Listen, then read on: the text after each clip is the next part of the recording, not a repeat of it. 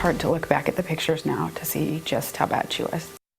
A local mom says you have to trust your gut. She knew something was wrong with her tiny newborn, but could never have imagined what. Here's Krista DeBille with a story you won't see anywhere else.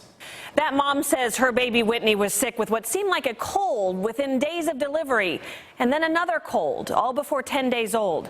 That's when she learned something was terribly wrong. A few weeks old, and baby Whitney's doctor heard a murmur in her tiny heart.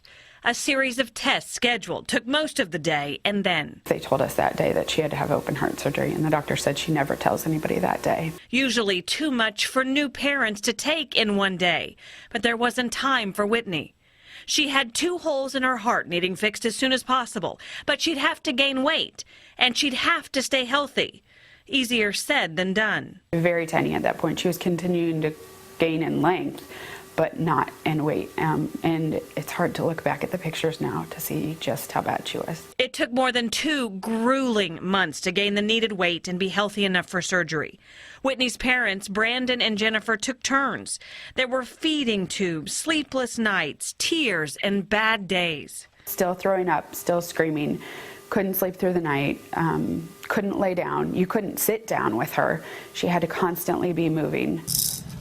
But finally, surgery was scheduled January 11th, a Monday, Children's Mercy. They ushered everyone out into the hallway. It's called the Hugs and Kisses hallway. And they know what they're doing because they know how hard it is to hand your baby over. We had to hand her over knowing that they were going to go stop her heart.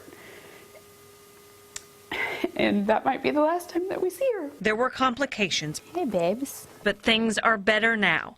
Whitney's now starting to sit up and do what babies do. It wasn't until after surgery Whitney's mom knew how bad it had been. Her heart is the size of her fist, and her hole was the size of a nickel. Such a huge hole for such a tiny little heart. So big it needed more than just stitches. It needed a patch, but not just any patch. The doctors explained. It's bovine pericardium, and Brandon started laughing and said, he looked at me and he said, "Do you know what that means?" And I said, "No." And Dr. St. Louis said, "It's from a cow." And I just started laughing. Laughing because Whitney's dad, Brandon, is a second-generation cattle rancher. He spends his days caring for cattle. And now his sweet baby Whitney is happy and healthy. A family of 4. 4 hearts and a patch from a cow. The family has shared Whitney's story on social media, and people have sent prayers from all over the country, and now the family has put together this map, and they've put a red pin in every single location from which well wishes came.